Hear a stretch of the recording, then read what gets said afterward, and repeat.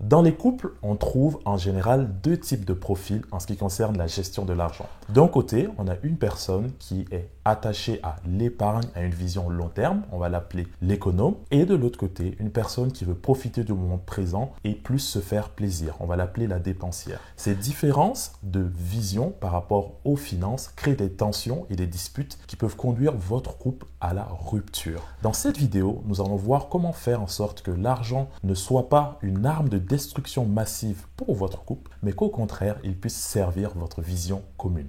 C'est parti!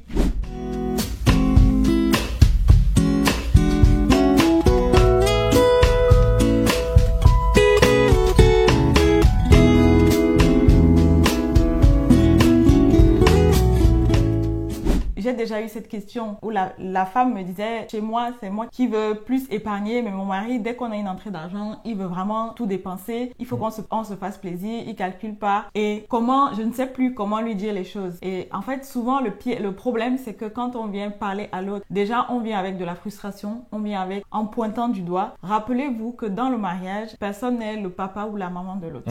Super important. Tu as épousé un adulte comme toi qui réfléchit. Cette personne-là est différente de toi, mais elle a quand même aussi des capacités intellectuelles différentes de toi peut-être, mais elle a des capacités intellectuelles, elle est capable de réfléchir. Donc quand tu approches la personne, ne viens pas en imposant ton avis, en disant il faut couper telle dépense, il faut arrêter de faire ci, etc. Viens en lui posant le problème comme quelque chose qui te préoccupe, par exemple en disant ok, je ne sais pas ce que tu en penses, mais regarde l'état de nos finances. Pour moi, peut-être ça me met mal à l'aise, je sais pas comment toi tu vois les choses, mais voilà, j'aimerais qu'on remette les choses à plat parce que on a tel projet, ce serait bien qu'on essaye de s'organiser, etc. Mais vraiment, ne venez pas en accusant, venez en exprimant plutôt un besoin, en exprimant plutôt votre point de vue. Un ressenti aussi, si vous êtes inquiet. Voilà, exactement. Et à partir de là, laissez l'autre aussi se positionner. Bien sûr, ce n'est pas toujours aussi simple. Ça va peut-être demander un échange sur une longue période. Et c'est là où les célibataires, vous avez encore le choix. C'est-à-dire, c'est des discussions que vous devez avoir bien avant de vous retrouver à deux dans le mariage. Parce qu'une fois que vous êtes dedans, ça veut dire que vous avez accepté cette personne telle qu'elle est. Et à ce moment-là, ce n'est plus le moment de commencer à remettre en question ça. Maintenant, c'est plutôt apprendre à fonctionner avec la personne. Une attitude humble peut vraiment changer la façon dont une personne reçoit une information. Donc, si vous venez vraiment avec des critiques, avec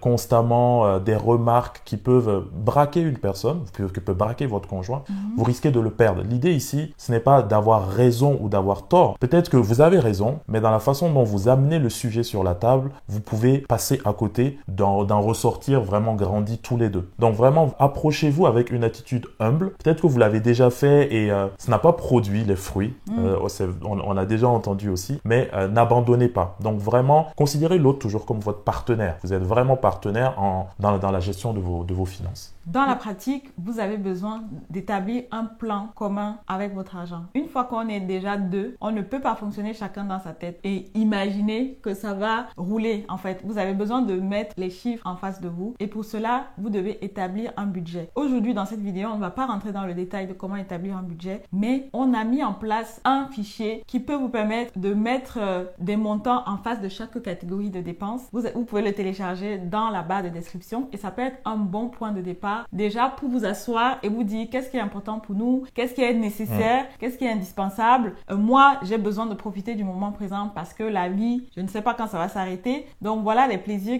que j'aimerais pouvoir m'accorder. Moi, j'ai envie qu'on épargne pour tel projet. Quel montant de notre argent on peut épargner pour tel projet? Et une fois que vous avez mis en place vraiment cela, ça va vous aider en fait à moins vous disputer. Ça va plutôt créer un climat de communication au lieu de dispute parce que chacun dans sa tête, quand vous n'avez pas un plan clair devant vos yeux, chacun dans sa tête a des raisons peut-être valables de demander certaines choses, de vouloir fonctionner d'une certaine manière, mais en ayant un outil en face de vous, ça va vraiment vous donner des arguments concrets et tangibles pour avoir une discussion éclairée et prendre des décisions concernant la gestion de vos finances à deux. Donc allez-y, dans la barre de description de cette vidéo, téléchargez le fichier budget qu'on vous met à disposition et commencez à faire ce travail de mettre à plat là où vous en êtes et pour commencer à échanger l'un avec l'autre. Notre relation à l'argent est très influencée par nos origines, c'est-à-dire comment on a grandi, dans quel contexte familial on a été élevé. Si on a grandi dans une famille où on a manqué de rien,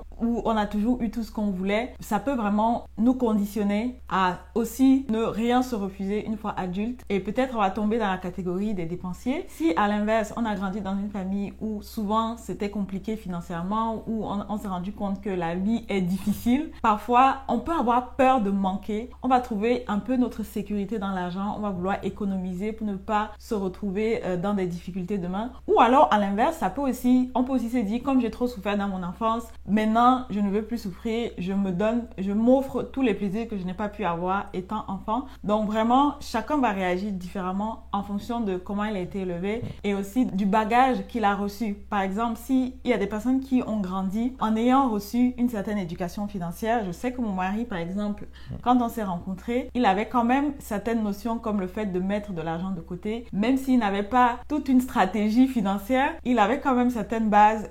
Il savait que lorsqu'il recevait son argent, il devait mettre une partie de côté parce qu'on ne sait jamais. Moi, pour le coup, j'ai pas forcément reçu d'éducation financière et de toute façon, j'ai grandi dans un contexte où j'avais perdu mon père assez jeune. Donc, le plus important pour moi, c'était vraiment de pouvoir subvenir à mes besoins. Donc, je n'étais pas forcément en train de me dire il faut que j'épargne à long terme parce que déjà je pouvais pas. Donc en fait, ça fait un peu deux visions de l'argent. Maintenant, il faut vous demander aujourd'hui si vous êtes en couple ou si vous êtes en train de vous préparer au mariage, pour ne pas que vos différentes visions des finances viennent créer des conflits entre vous. Il faut vous poser la question de dans quel contexte j'ai grandi et comment cela influence ma relation à l'argent aujourd'hui. Tout simplement. Déjà, si vous vous posez cette question et que vous échangez là-dessus, ça va vous permettre de mettre le doigt sur vos différents profils.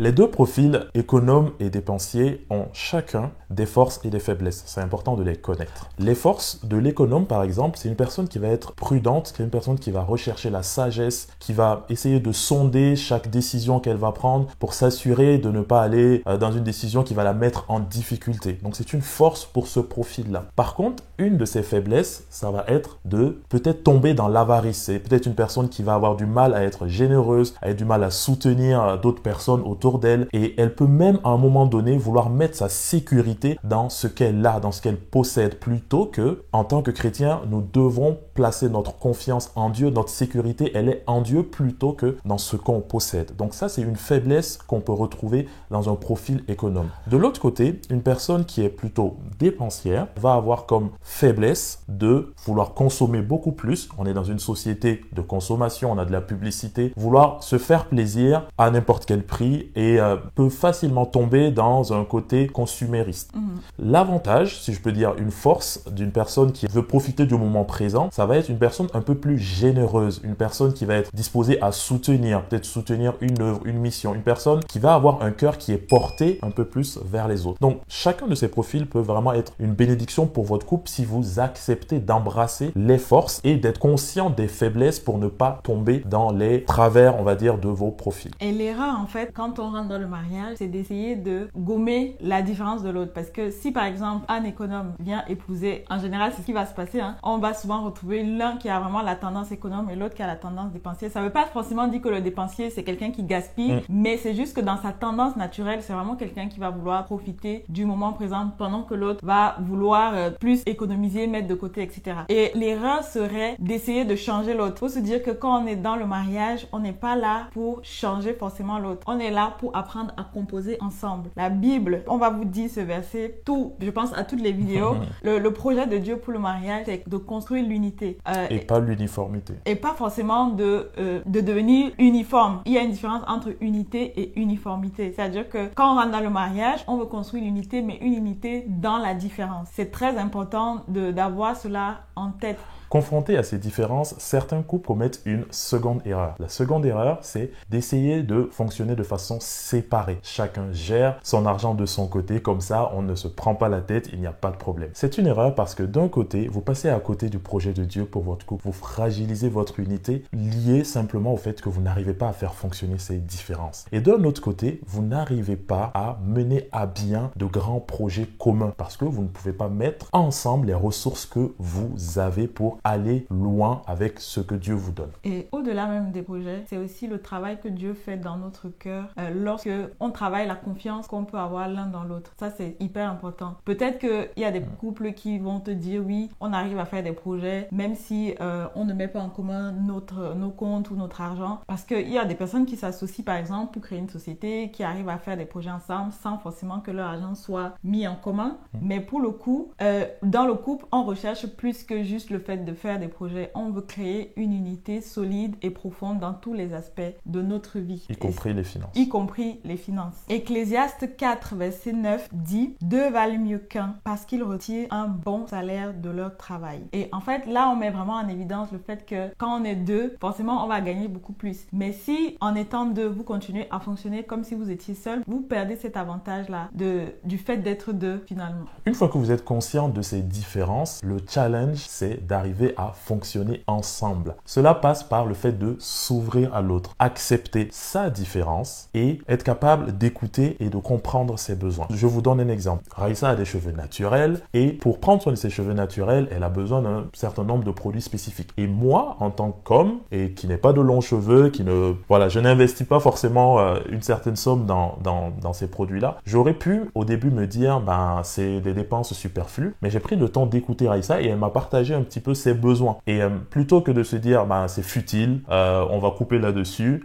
j'ai écouté, j'ai compris l'importance, on en a parlé et on a défini ensemble ce qu'on allait mettre pour ce besoin spécifique qu'elle m'a partagé. Donc ça, c'est pour le cas des cheveux, mais vous pouvez le retrouver dans beaucoup d'autres domaines pour lesquels vous avez besoin de discuter déjà pour comprendre pourquoi cette dépense, par exemple, est importante ou pourquoi le fait d'épargner pour un projet est important au cœur de l'autre pour ensuite prendre des décisions éclairées. Et en fait, l'idée, c'est que chacun s'y retrouve. Peut-être vous n'allez pas pouvoir satisfaire à tous les besoins de tout le monde, mais l'idée déjà, c'est que vous soyez conscients l'un l'autre, qu'est-ce qui est important pour chacun et que derrière, vous mettiez en commun ce que vous avez pour que chacun puisse s'y retrouver finalement. Voici 3 autres conseils pratiques pour gérer ensemble vos finances malgré vos différences. Premier conseil, prier. Prier ensemble est puissant. D'abord pour vous unir, prier pour les grandes décisions financières que vous devez prendre, prier pour les objectifs que Dieu a mis sur votre cœur par rapport à votre famille, à des projets qu'il a déposés sur votre cœur et aussi prier pour votre unité. Prier pour être unis dans les choix et dans les décisions que vous prenez. Le deuxième conseil, c'est de mettre en place des règles de base. Une règle commune, c'est de se dire qu'on ne fait pas des dépenses de son côté quand il s'agit de grosses dépenses. On en discute avant. Donc, il est important que vous définissiez déjà ensemble ce que vous appelez grosses dépenses. Est-ce que c'est à partir de 500 €? Est-ce que c'est à partir de 1000 €? Vous définissez ce seuil et à partir de ce moment, chaque personne qui doit prendre une décision d'achat au-dessus de ce montant doit passer par un échange avec l'autre pour qu'on arbitre si on fait vraiment cette dépense-là ou pas. Et honnêtement, ça peut sembler,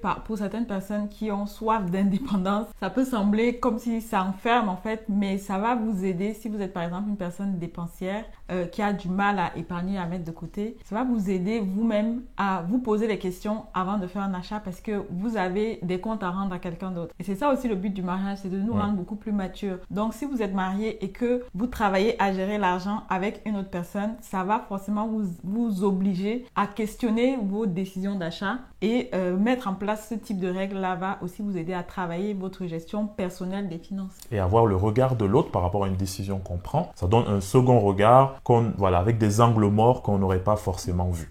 Le troisième conseil pratique qu'on vous donne, c'est aussi de définir des enveloppes. Des enveloppes dans lesquelles vous permettez à l'autre de prendre des décisions pour elle-même. Des décisions financières, je veux dire. Nous, par exemple, c'est ce qu'on a fait. Nous, on l'appelle argent de poche. C'est un terme qu'on utilise nous, mais on a défini un pourcentage qu'on donne à chacun. Et il n'est pas forcément le même montant, mais un pourcentage qu'on donne à chacun et qui lui permet d'avoir une certaine liberté, quelque part, pour prendre des décisions, des petits achats. Je sors avec une amie, est-ce que je veux prendre un verre? J'ai pas forcément besoin d'aller piocher dans l'enveloppe de la famille, mais j'ai cette enveloppe-là personnelle dans laquelle je peux faire ma propre gestion.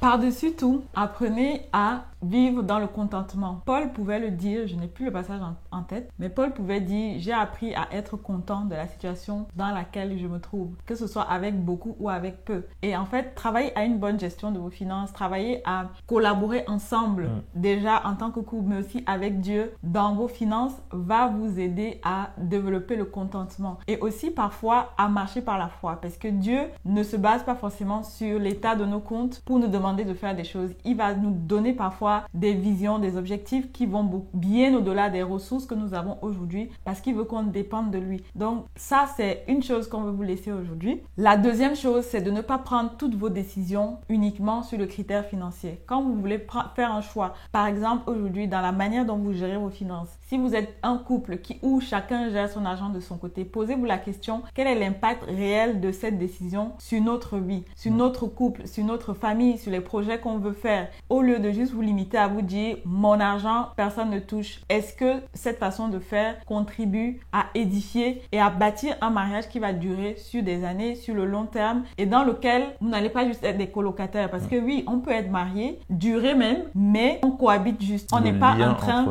on n'est pas en train de construire un lien solide qui vient répondre à l'appel de Dieu dans le couple, qui est de construire l'unité dans la différence. Si cette vidéo t'a béni, n'hésite pas à la liker, abonne-toi à cette chaîne pour ne pas manquer nos prochaines vidéos, partage-la autour de toi et on espère te revoir très vite. À très vite.